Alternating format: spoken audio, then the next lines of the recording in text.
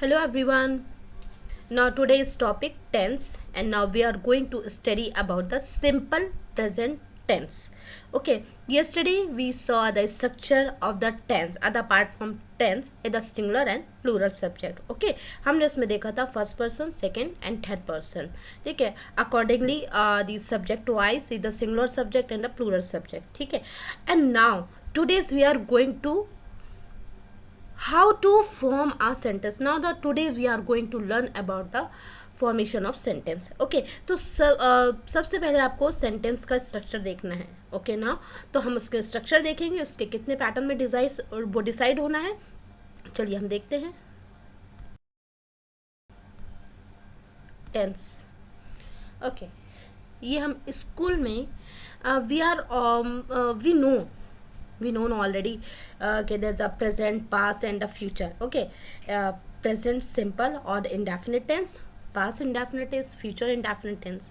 Okay, the present continuous or progressive tense, past continuous or progressive tense, future continuous or progressive tense, present perfect tense, past perfect tense, future perfect tense, and last is present perfect continuous tense, past perfect continuous tense and future perfect continuous tense. Okay, now let's I'm going to take just only one part for a simple present tense. Okay, हम one by one करके देखेंगे. तो पहले हम present का simple tense लेंगे, present simple tense और present indefinite tense. ठीक है, जैसा आपका स्ट्रक्चर डिज़ाइन है उसी के अकॉर्डिंग हम आपका लेकर चलेंगे. सबसे पहले हम करेंगे first row complete.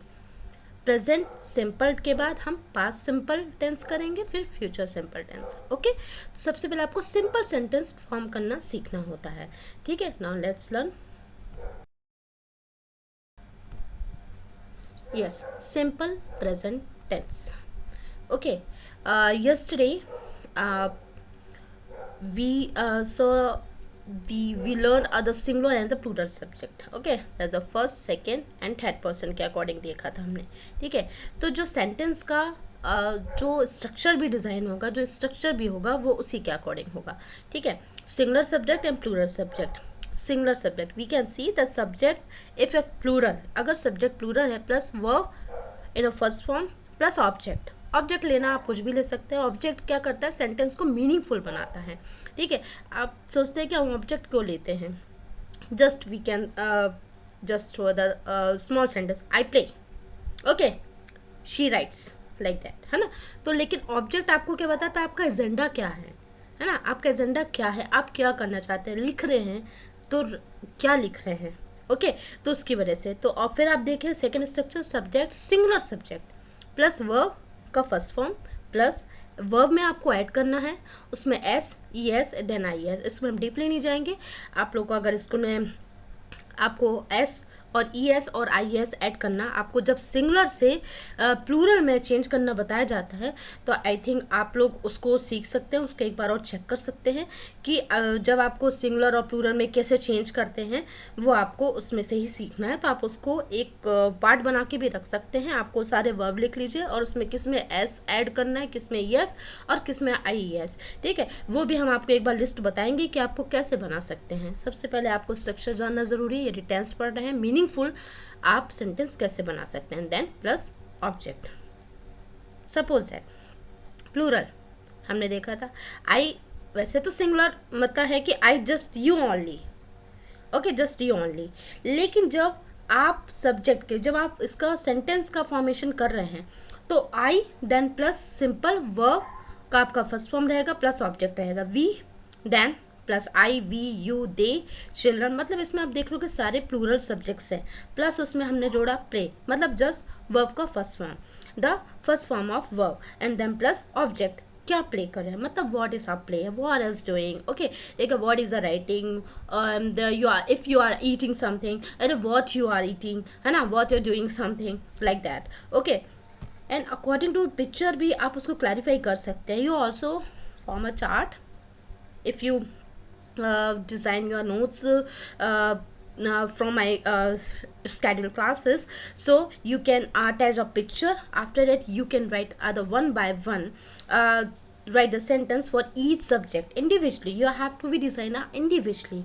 You have to be design a diagrammic sentence. Okay, this is a form of the like a diagram. Okay, this is a diagram.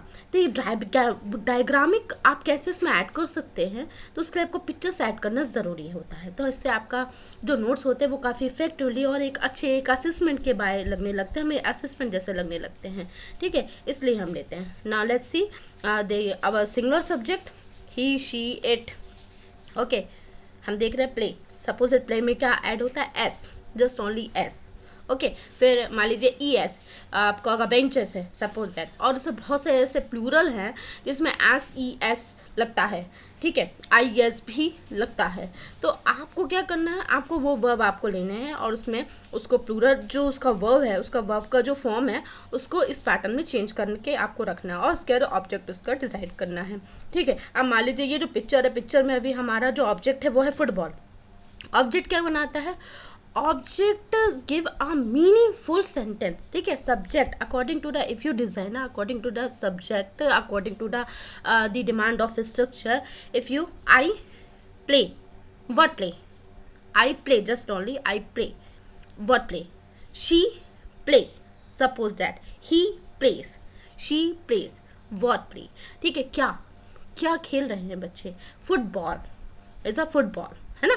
तो इसी तरीके से हम आपको क्या करना है, ऐसे ही आपको दूसरे सेंटेंस बनाने हैं। तो इसके सबसे पहले आपको प्रैक्टिस करनी ज़रूरी है। ये आपके केवल 2 स्ट्रक्चर हैं, आप 2 स्ट्रक्चर सीखिए और इन दोनों को लिखिए, और जो भी आप जो सेंटेंस बना रहे हों, those are making other some more interested to make a many sentence, so you should to design your own sentences, and there's a already you can collect the picture from anywhere and the paste out on your notebook. Okay, तो ये आपका छोटा सा एक assignment कि अगर आपका school free हो गए हैं समर में, आप क्या करेंगे, तो आप टेंस को डेली एक एक सेंटेंस बना के भी पढ़ सकते हैं। तो ये भी एक आपका अच्छा आपका असेसमेंट हो सकता है। ठीक है, तो आपको बोर भी नहीं होगा और आप इसको पिक्चर्स के द्वारा भी आप इसे कर सकते हैं। Through by the pictures please, do not make a the just only write a sentence, no, आपको पिक्चर अटैच करनी ज़रूरी है। नाउ नेक्स्ट प्रैक्टिस शीट देखते हैं। ठीक है, practice sheet, suppose that he और शी राइट्स अ लेटर, है ना, and they are the children write. Okay, they are the children writing a book, writing a letter. Okay, they writes a letter, they write a letter, sorry, they write a letter, she writes a letter, according मतलब probably बच्चे there is a common mistakes करते हैं। ठीक है, तो वो मैं आपको वर्बली भी बोल के बता रही हूँ कि बच्चे कैसे उसको क्या करते हैं, रिवील कैसे करना है। तो अगर आप पिक्चर्स के बाय करेंगे, सपोज पेरेंट्स, अब parents, your parents, my parents bring something for us, bring a new book for us, bring a new dress for us, है ना। सो इस तरीके से हम इसको क्या कर सकते हैं, हम इसको ऐसे डिज़ाइन कर सकते हैं, पहले पिक्चर्स उसके बाद सेंटेंस, पिक्चर्स फिर sentence. Okay, I think you can some sentences are here, she writes a letter an exam, he writes a letter in exam, it writes a letter in exam, suppose that it you can count it and either he she it, sometimes क्या करते हैं he she it के accordingly, ऐसा मतलब है कि फॉरेंस में जब स्टडीज़ होती हैं तो उसके लिए हम सब्जेक्ट्स में कुछ चेंजेस यदि करते हैं तो उसमें इट भी हम छोड़ सकते हैं, इस ये कोई बड़ी बात नहीं है। फिर students write a letter and an exam, है ना, there is a given exam, giving an exam, there is a continuously हो गया। लेकिन अगर आपको प्रेजेंट में, क्योंकि जब हम प्रेजेंट में बहुत सारे सेंटेंस जो हम बोलते हैं जो छोटे सेंटेंस होते हैं, हम प्रेजेंट से ही टेंस को सीख सकते हैं। एक छोटा सा स्टोरी भी हम प्रेजेंट में भी, अगर मान लीजिए स्टोरी मोस्टली पास्ट में ही लिखी जाती है, लेकिन आज का आपका जो शेड्यूल होता है, जो डेली रूटीन होता है, वो टोटल डिपेंड होता है किसमें, प्रेजेंट टेंस में। They write a letter in exam, मैं आपको बहुत सारे एग्जाम्पल्स दे रही हूँ राइटिंग के लिए। Is a right verb, give me a book, I give you something, you give me a book, we give you some chocolates for you. Okay, and they give many chocolates for us, okay इस तरीके से हम क्या कर सकते हैं, बना सकते हैं sentence. My parents bring a new bag for me, my parents a new books for me, my parents bring a new dress for me, है ना। इस तरीके से हम सेंटेंस बना सकते हैं। ये छोटे सेंटेंस है। Firstly you have to be paste a picture, after that you can write a small sentence. Okay, firstly see the picture, पहले आपको क्या करना है, पिक्चर्स देखनी है। ओके उसके बाद आपको क्या करना है, आपको सेंटेंस लिखना है। मैंने जैसे कि पहले भी बोला, आपको लग रहा हो कि बहुत छोटे सेंटेंस है, बहुत इजी एक्सप्लेनेशन है। आई थिंक एक इंग्लिश मीडियम के बच्चे के लिए ये कोई बड़ी बात नहीं है, लेकिन नहीं है बड़ी बात। उनको जब तक हम छोटे सेंटेंस ग्रैब करना नहीं बताएंगे तो उनको वे बेसिक्स जो है वो नहीं सीख पाएंगे। नहीं तो वो भीड़ में या फिर वो अपनी ग्रेटनेस बताने के लिए वो क्या करेंगे, बस सिंपल जैसे आप पढ़ते हैं या फिर रेगुलरली फ्लुएंसी में आप बस वो पढ़ेंगे, लेकिन वो बच्चा एक अच्छा लर्नर नहीं बन पाएगा। उसको एक अच्छा लर्नर बनने के लिए उसको डीपली हर चीज़ को डिज़ाइन करना और डीपली और आराम से सीखना बहुत ज़रूरी है। अब उसके पास टाइम है, वो सीख सकता है, ठीक है। तो उसको उस भीड़ का हिस्सा मत बनाएंगे उस छोटे से बच्चे को कि वो उस चीज़ के लिए वो भी वही करने लगे जैसे कि आप कर रहे हैं। तो जैसे कि पहले मैंने भी बोला कि टीचर्स हैं, मेंटर्स हैं, वो मेंटर्स हैं या फिर जो भी गार्जियन है उन्हें पढ़ाते हैं, तो अपनी ग्रेटनेस नहीं बतानी है बच्चों को, बच्चों के अकॉर्डिंग, नहीं तो फिर बच्चे बोर हो जाते, नहीं पढ़ते, ठीक है। अगर जहाँ आप अपना छोटा सा हर चीज़ को ज़्यादा बड़ा बताने लग जाते हैं तो बच्चे नहीं पढ़ते हैं। उनको हर चीज़ का असाइनमेंट देना है, लेकिन बहुत ही थोड़ा देना है, बहुत ही कम देना है। ज़्यादा देने पे ही बच्चे फिर क्या करते हैं, वो गिव अप करते हैं, फिर वो उस चीज़ के लिए ध्यान नहीं देते हैं। अगर आप चाहते हैं कि बच्चे का अटेंशन बना रहे तो उसके लिए आपको ज़रूरी है बच्चे को वर्क तो दें, लेकिन कम दें, बर्डन ना डालें उसके ऊपर, ठीक है। बर्डन नहीं, केवल वर्क देना ज़रूरी है और उसको हर वर्क एक असाइनमेंट के तौर पे देना ज़रूरी है। प्रैक्टिस शीट दीजिए, 2 वर्ब दे दीजिए, आप 2 सेंटेंस दे दीजिए और 2 पिक्चर्स कलेक्ट करने के लिए दीजिए। अगर हर डे में वो 2 सेंटेंस या 1-2 सेंटेंस भी बनाएंगे तो उनको वो चीज़ इजी लगने लगेगी और वो खुद अपने इंटरेस्ट से वो कुछ भी ज़्यादा कर सकते हैं, ठीक है। ज़्यादा सिखाने की होड़ में मत रहिए बच्चों को। बच्चे थोड़ा ही पढ़ पाते हैं, बच्चे कम ही पढ़ पाते हैं, ठीक है। तो ध्यान रखें कि उनको कम वो कीजिए, बर्डन से कुछ नहीं होता है, ठीक है। ज़्यादा के लिए नहीं, बिल्कुल छोटे सेंटेंस बनाने हैं, बहुत ही छोटे सेंटेंस आते हैं। So all my dear students, only you have to be, only just you can write a small and short sentence. Don't go be the complex, do not design the complex sentences, just you have to be design the diagramic sentence. Diagramic means subject and there's a verb.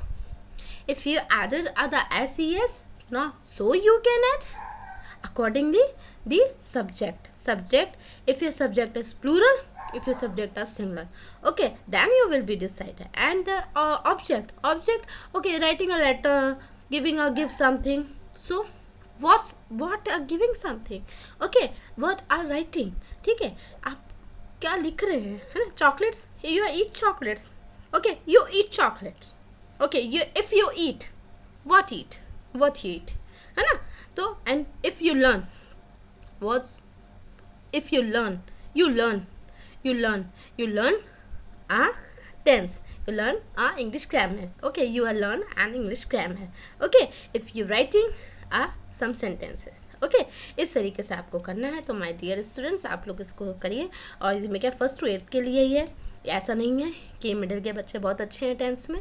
Tense एक ऐसा part है कि जिसको हर as के लोग सीख सकते हैं, ठीक है। तो ये अभी इनिशियली क्लास है, आप लोग भी ज्वाइन हो सकते हैं, ठीक है। तो अगर आप किसी और के लिए भी सिखा रहे हैं तो भी आप ज्वाइन हो सकते हैं और आप भी बहुत सारे सेंटेंस बनाएं। अगर आप जब एक दिन में 10 सेंटेंस अगर आप बनाएंगे तभी आप सीख पाएंगे।